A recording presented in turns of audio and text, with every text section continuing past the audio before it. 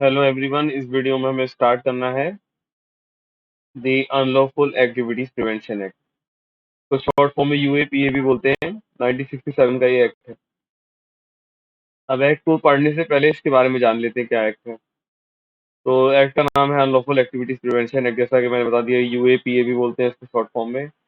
1967 का एक्ट है, act number 37 है। और 1967 का ये एक्ट है, बता ही दिया मैंने। प्रेसिडेंशियल असेंट इसको मिली थी 30 दिसंबर 1967 को। मतलब कह सकते हैं day before last day of the year. और इसकी एनफोर्समेंट डेट इस एक्ट में दी नहीं गई है, तो जनरली हम यही मानेंगे कि जिस दिन प्रेसिडेंशियल असेंट मिली उस दिन से ये एक्ट एप्लीकेबल हो गया होगा। अगर एग्जाम में ये डेट रहे तो फिर यही डेट लगा दीजिएगा, क्योंकि हम उसके बारे में भी तो नहीं जानते हैं।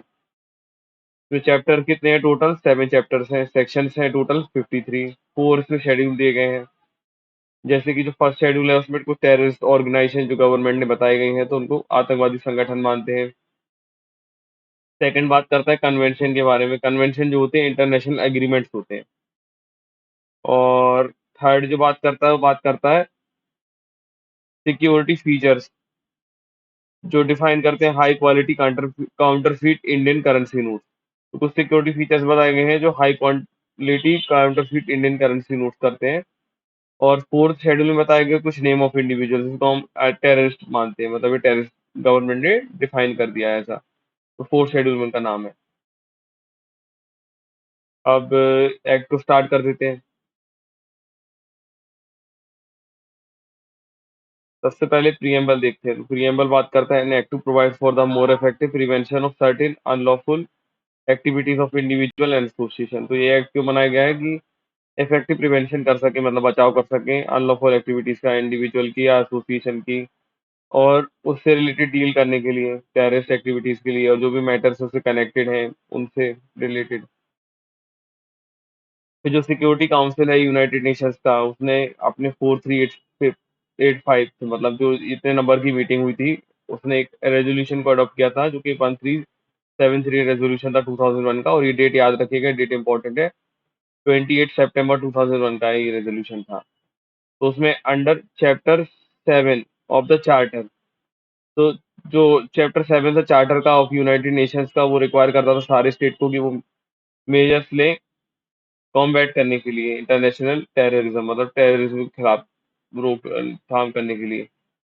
फिर ये रेजोल्यूशन जो था, रेजोल्यूशन था 1267, जो कि 1999 का था, मतलब 1999 का था। फिर 133 जो कि 2000 का था, 1363 2001 का था, 1390 2003 का था, 1455 2003 का था, 1526 2004 का था, 1566 2004 का था, 1617 2005 का था, 1735 2006 का था, 1822 2008 का था। The security council of the United nation required state to take action against certain terrorists and terrorist organization। तो उसमें यूनाइटेड नेशंस ने स्टेट्स को बोला था कि आप सर्टेन टेररिज्म या टेररिस्ट ऑर्गेनाइजेशन को रोकिए। जैसे कि फ्रीज कर दीजिए एसेट्स जो भी हैं जिसको वो कर यूज करके टेररिस्ट एक्टिविटीज को करते हैं। अदर इकोनॉमिक रिसोर्सेज जो भी हैं उससे रिलेटेड प्रिवेंट करिए एंट्री किसी भी तरीके की, और ट्रांसमिट थ्रू देयर टेरिटरी। तो जहाँ पे भी आतंकवादी संगठन है वहां से कहीं भी आने जाने के लिए रोक दीजिए। एंड प्रिवेंट द डायरेक्ट और indirect supply, sale, transfer arms and ammunition to individual और entries listed in the schedule. तो प्रिवेंट कर देंगे डायरेक्ट और इनडायरेक्ट दोनों तरीके की सेल या ट्रांसफर के जो भी हथियार हैं उनके, आर्म्स एंड एम्यूनिशन हैं इंडिविजुअल के जो कि शेड्यूल में दिए गए हैं उनसे। फिर एंड में में बताया हुआ the central government in exercise of powers conferred by section 2 of the United Nations security council act 1947, act number 43 of 1947 का है। उसने prevention and suppression of terrorism, implementation of security council resolution order 2007। Central government exercise करते हुए confirm किया था section 2 में एक United Nations का जो सिक्योरिटी काउंसिल का एक्ट था, और उसको प्रिवेंशन करने के लिए या सप्रेशन करने के लिए, टेररिज्म एक्टिविटीज करने के लिए सारे। Sir and whereas it is considered necessary to give effect to state resolution and order. And to make special provision for the prevention of.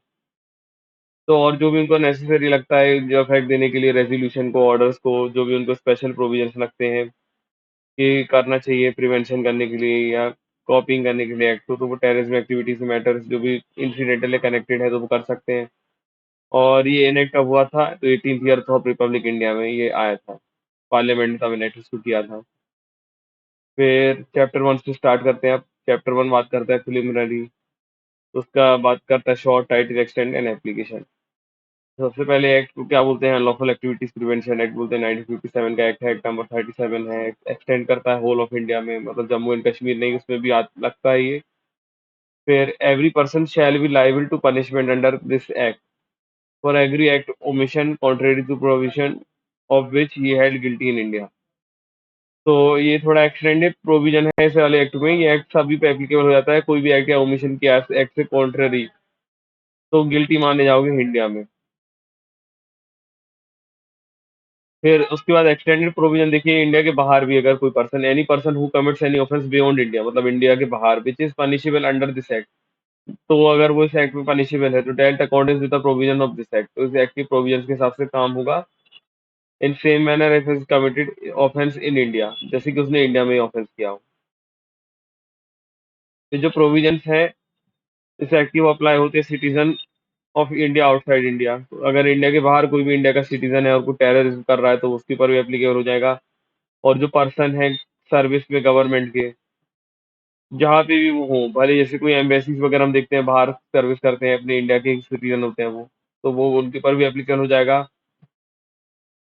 फिर person on ships and aircraft, जो भी person है ship में, aircraft में, registered है India में, where ever they में भी, कहीं पे भी वो हो,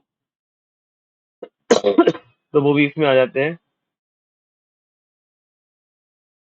फिर सेक्शन 2 बात करता है डेफिनेशन के बारे में। तो in this act unless conflict otherwise require, जैसा अगर अलग अदरवाइज नहीं बताया हुआ तो डेफिनेशन क्या होंगी? सबसे पहले एसोसिएशन। तो एसोसिएशन को क्या बोलेंगे? Any combination of body of individual. तो अगर कोई बॉडी ऑफ इंडिविजुअल का कॉम्बिनेशन है, बॉडी या और कॉम्बिनेशन है इंडिविजुअल का, तो उसको एसोसिएशन बोलेंगे। अब सेशन लिखा हुआ है, मतलब सी से लिखा हुआ, CSSION, of part of territory of India. तो इसका मीनिंग क्या होता है? तो includes admission of a claim of any foreign country to any part of any such part. मतलब कुछ पार्ट का जो है वहाँ के लोग क्या बोल रहे हैं कि नहीं, ये एरिया में इंडिया का कंट्रोल नहीं है, ये दूसरी फॉरेन कंट्री के हो अपने ऊपर सॉवरेन होने का दावा कर रहे हैं। मतलब एक तरीके से ये बता रहे हैं कि अभी ये एरिया इंडिया में नहीं है, बल्कि ये कोई और फॉरेन कंट्री है जो इस एरिया में कंट्रोल करेगी। तो ये ऑफेंस माना जाएगा, मतलब सिचुएशन माना जाएगा। अब कोड का मतलब होगा यहाँ पे CRPC। अब कोर्ट का मतलब देखिए, यहाँ पे कोर्ट का मीन्स है यहाँ पे जो क्रिमिनल कोर्ट है जिसके पास जुरिडिक्शन है कोड में, जो कि ऑफेंस ट्राई कर सके इस एक्ट में, उसमें इंक्लूड किया गया स्पेशल कोड जो कि कंस्टिट्यूट किया गया सेक्शन 11 में और सेक्शन 22 में, NIA में, जो NIA हम पढ़ते हुए आए हैं। तो उसमें कोई भी क्रिमिनल कोड जिनके पास जुरिडिक्शन होगी कोड में, मतलब इस वाले एक्ट में ट्राई करने के लिए ऑफेंसेस को, या फिर section 11 and section 22 of NIA में जो कोड बनाए गए हैं उनके बारे में बात हो रही है। फिर डेजिग्नेटेड अथॉरिटी का such officers of central government. Designated authority कौन होगी? सेंट्रल गवर्नमेंट के कुछ ऑफिसर जिनकी रैंक जॉइंट सेक्रेटरी से कम नहीं होगी टू दैट गवर्नमेंट। तो जब भी बात होगी, तो जब भी डेजिग्नेटेड अथॉरिटी की बात होगी तो सेंट्रल गवर्नमेंट की होगी, तो not below the rank of,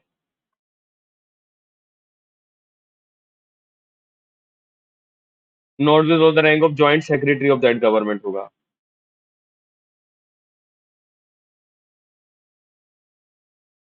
और फिर इसके बाद अगर स्टेट गवर्नमेंट की बात करेंगे, और such officer of the state government, तो not below the rank of secretary of that government, तो उस गवर्नमेंट के सेक्रेटरी से कम नहीं होगी। As the case may be specified by central government or state government published in the official gazette of। तो designated authority का सीधा सीधा मतलब समझिए कि यहाँ पे अगर सेंट्रल गवर्नमेंट के ऑफिसर्स की बात कर रहे हैं तो not below the rank of joint secretary of that government होगा, और अदर सच ऑफिसर जो कि स्टेट गवर्नमेंट के होंगे तो not below the rank of secretary of the government of that government होगा। और ऐसा केस में मतलब जब जैसे जिसकी बात होगी, specified by the central government और स्टेट गवर्नमेंट ने नोटिफिकेशन करके ऑफिशियल गैजेट में जो स्पेसिफाई किया हो। अब ये इंपॉर्टेंट है, इसको थोड़ा याद रखिएगा। में क्या दिया हुआ है? Economic security. इकोनॉमिक सिक्योरिटी में क्या क्या आ जाता है? तो इसमें इंक्लूड होता है फाइनेंशियल, मॉनेटरी या फिजिकल स्टेबिलिटी। इकोनॉमिक सिक्योरिटी में कोई फाइनेंशियल, मॉनेटरी या physical stability. Security means production and distribution of food security, livelihood security, energy security,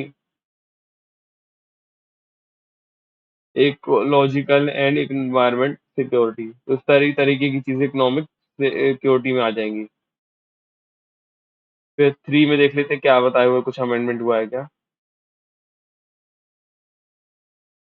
तो ये इंसर्ट किया गया था 2013 में, 1 फरवरी 2013 से।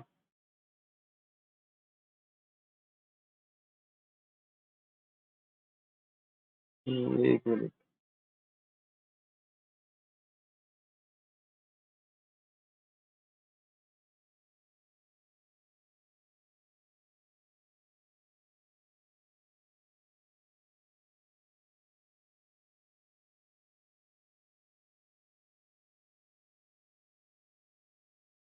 फिर उसके बाद हम देखते हैं ऑर्डर।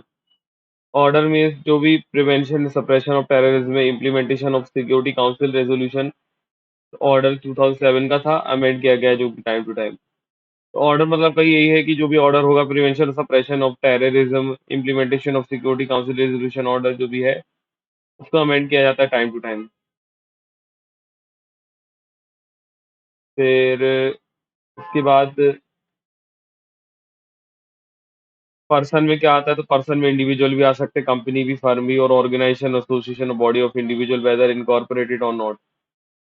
तो पर्सन में वही, जैसे इंडिविजुअल भी आते हैं, कंपनी भी आती है, फर्म भी आती है, और जो ऑर्गेनाइजेशन होती है इंडिविजुअल की, या तो इनकॉर्पोरेट हुई या नहीं, या फिर एवरी आर्टिफिशियल जुडिशियल पर्सन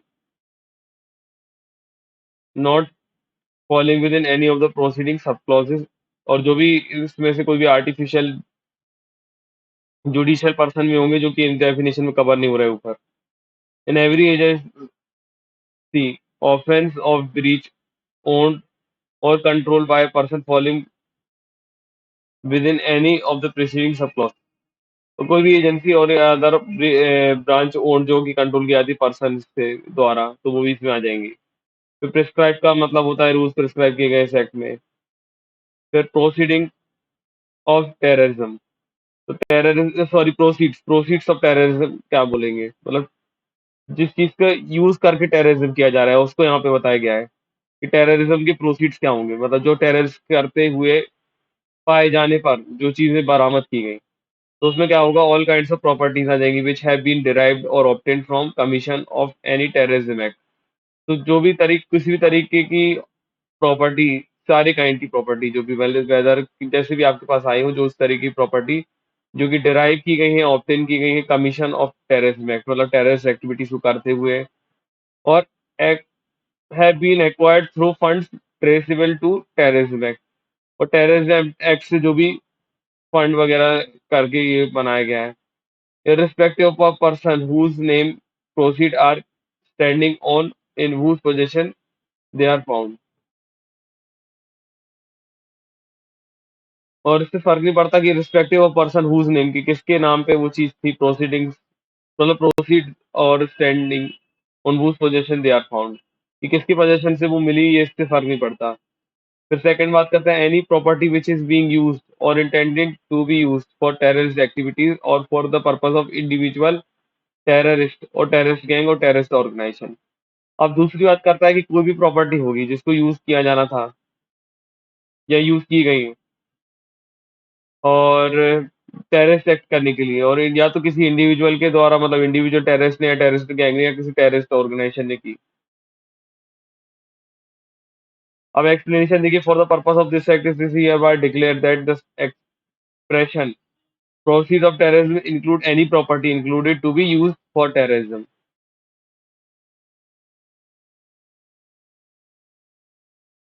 तो इसको डिक्लेयर किया गया है कि प्रोसीड्स ऑफ टेररिज्म का मतलब होता है include the property intended to be use for terrorism. तो जो भी प्रॉपर्टी यूज की जा रही है टेररिज्म के लिए यूज करने के लिए या मतलब टेररिज्म करने के लिए यूज करना जाने वाली है, तो उसमें आ जाएगा। मतलब ये इसमें आ जाएगा प्रोसीड्स ऑफ टेररिज्म में।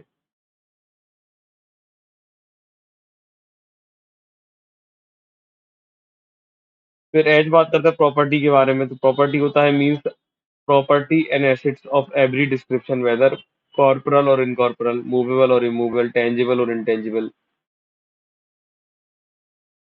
तो प्रॉपर्टी में सारे एसेट्स आ जाएंगे हर डिस्क्रिप्शन के, जो कि कॉर्पोरल हो सकते हैं और इनकॉर्पोरल हो सकते हैं, movable, immovable, tangible, intangible, legal document, deed, instrument in any form including but not limited to electronic or digital. और इसमें ये जरूरी नहीं है कि केवल ये इंक्लूड मतलब,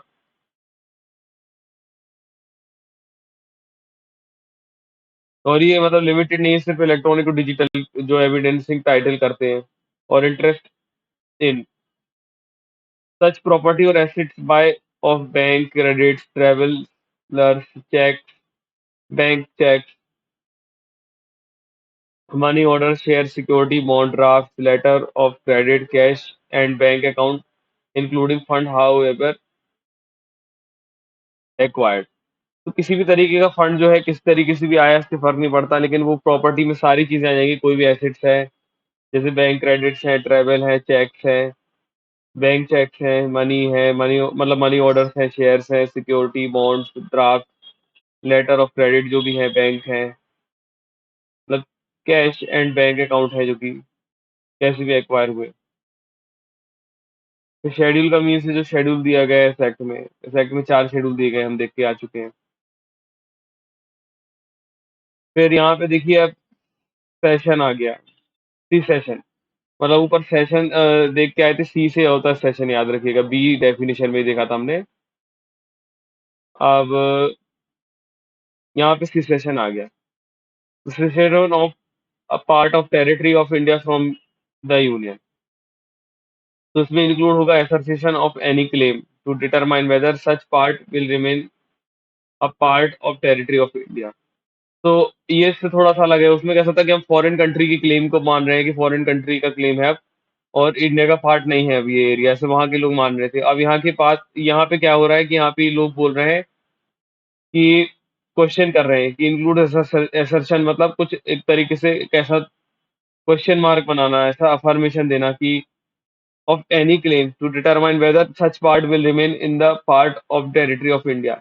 कि इस तरीके से बात करना कि क्या ये पार्ट ऑफ इंडिया का पार्ट रह गया है। जैसे कश्मीर में लोग कुछ करते हैं, कभी कभी ऐसे न्यूज में सुनने को मिलता है कि ये लोग बताते हैं कि क्या ये पार्ट ऑफ इंडिया में रह गया है या इंडिया में है अभी भी। तो ये क्वेश्चन करना भी यहाँ पे सिसेशन हो जाएगा, मतलब यहाँ पे ये एक आई वाले ऑफेंस में मान लिया जाएगा। ये ऑफेंस होता है एक तरीके से।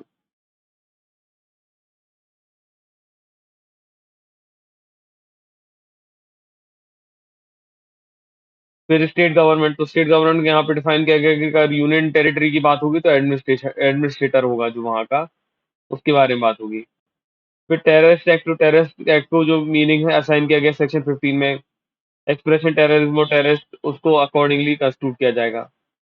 फिर टेररिस्ट गैंग क्या होगी, तो टेररिस्ट गैंग का जो भी any association other than terrorist organisation whether systematic और otherwise which is connected with और इन्वॉल्व इन टेररिस्ट एक्ट।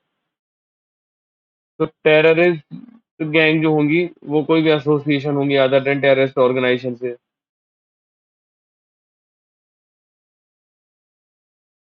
तो ये भी एसोसिएशन जो होंगी लेकिन टेररिस्ट ऑर्गेनाइजेशन नहीं होंगी। और सिस्टमेटिक होंगी अदरवाइज होंगी जो कनेक्टेड होंगी या इन्वॉल्व होंगी टेररिस्ट एक्ट से, तो उनको यहाँ पे टेररिस्ट गैंग बोलेंगे। फिर टेररिस्ट ऑर्गेनाइजेशन कौन सी होंगी, तो ऑर्गेनाइजेशन जो कि लिस्ट की गई है शेड्यूल 1 में, और organisation operating under same name as or as an organisation solicited. तो टेररिस्ट ऑर्गेनाइजेशन कौन सी होगी, जिसको फर्स्ट शेड्यूल में बताया गया है, और कोई भी ऑर्गेनाइजेशन जो उनके नेम से सेम नेम से और ऑपरेट कर रही है जैसा कि लिस्ट में बताया गया है। फिर ट्रिब्यूनल, तो ट्रिब्यूनल कॉन्स्टिट्यूट किया गया है सेक्शन 5 में। फिर अनलॉफुल एक्टिविटी, तो अनलॉफुल एक्टिविटीज का मतलब हुआ relation to individual or association means any action taken by such individual or association whether committing an act or by words either spoken or written, or by signs or visual representation or otherwise.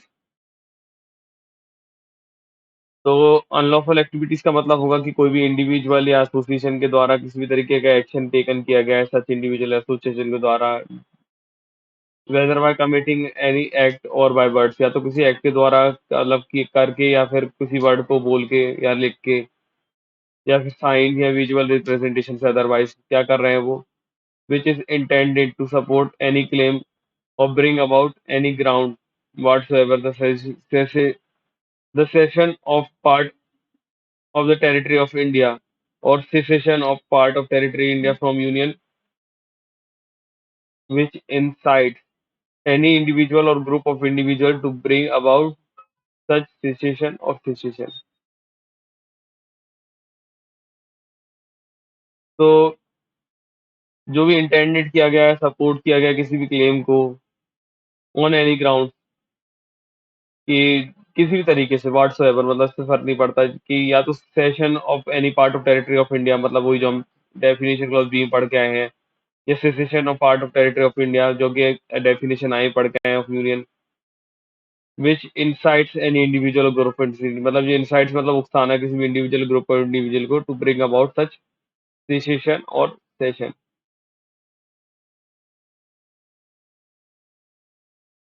फिर second बात करता है disclaims question disrupt or intended to disrupt the sovereignty or territory integrity of India.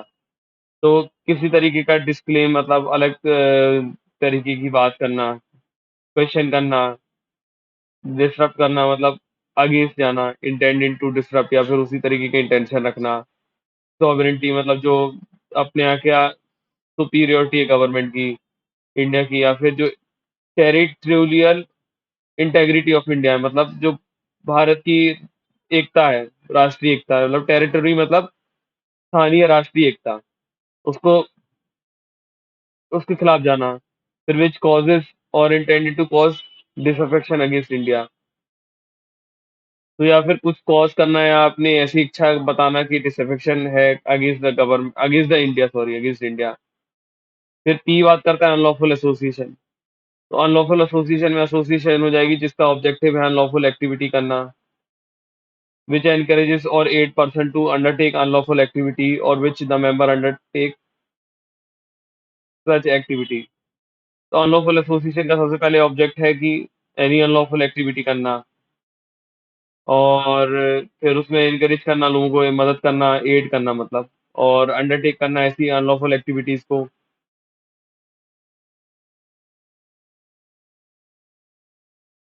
और which the member undertake such activities, या फिर कुछ members उस activities को कर रहे हैं, or which is an object of activity which is punishable under 153 A of IPC and 153 B of IPC. तो देख लेते हैं ये 153 ए 153 बी क्या है, मैंने पढ़ा हुआ है, फिर मैं आपको डेफिनेशन देख के ही बताऊंगा जिससे गलत नहीं हो जाए।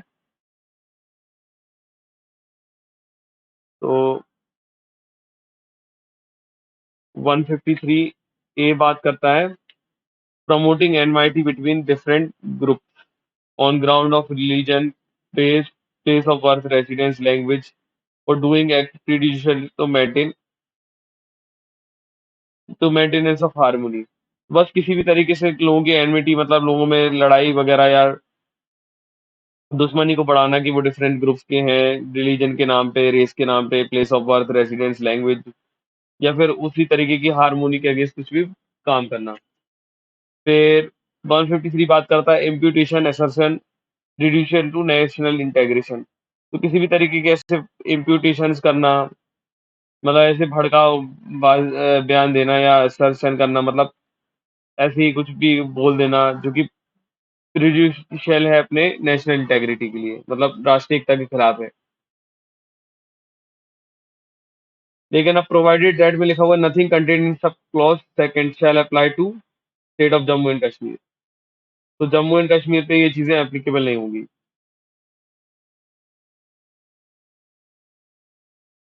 फिर जो कि वर्ड्स एक्सप्रेशन डिफाइन नहीं किए गए इस एक्ट में, उनको डिफाइन किया गया है कोड में, मतलब सीआरपीसी में। Shall have the meaning respectively assign to them in the code.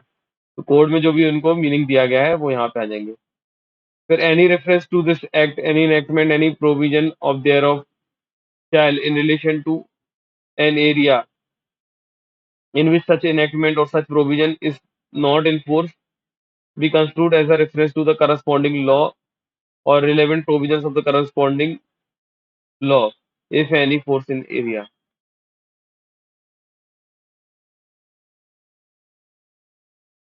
अब जो कि रेफरेंस है इस एक्ट के या इनेक्टमेंट के प्रोविजंस का in relation to the area जहाँ पे ये इनेक्टमेंट और प्रोविजंस है वो इन फोर्स में नहीं है, मतलब एप्लीकेबल नहीं हो रहा है, तो वहाँ पे उन चीज का मतलब कहाँ से निकालेंगे? तो शैल मतलब be constitute reference to the corresponding law, मतलब जहाँ पे वहाँ पे जो करस्पॉन्डिंग लॉ चल रहा है उसमें अगर कुछ वर्ड वगैरह बताए गए हैं तो उनसे वहाँ का उसका मतलब ले लिया जाएगा। और relevant provisions of corresponding law, और उसके उनके करस्पॉन्डिंग लॉ में जो भी रिलेवेंट चीजें बताई गई हैं if any force in that area. अभी मुझे एक चीज में यहाँ पे डाउट लग रहा है, मैं आपको बता देता हूँ कि इसमें जो लिखा हुआ है कि this nothing in this contain in sub clause second shall apply to state of Jammu and Kashmir. तो अगली वीडियो में बता दूंगा कि ये शायद ओमिट हो गया है 2019 से, अगर नहीं हुआ होगा तो मैं वैसे बता दूंगा। अदरवाइज डेफिनेशन क्लॉज हमने कंप्लीट कर लिया है। तो लास्ट डेफिनेशन आपको समझ ही गए होगा कि यहाँ पे अगर कोई भी एक्ट, मतलब जो ये एक्ट है, इनेक्टमेंट है, वो वहाँ पे एप्लीकेबल नहीं हो रहा है किसी भी एरिया में, और वहाँ पे कुछ पहले से दूसरा एक्ट चल रहा है और उसमें कुछ चीजें दी गई हैं, तो रिलेवेंट प्रोविजन और करस्पॉन्डिंग लॉ में जो बात बताई गई है उसका रेफरेंस लेते हुए उस चीज का मीनिंग वहाँ पे लगा लिया जाएगा। ओके, तो नेक्स्ट वीडियो में देखते हैं आगे से चैप्टर 2 से।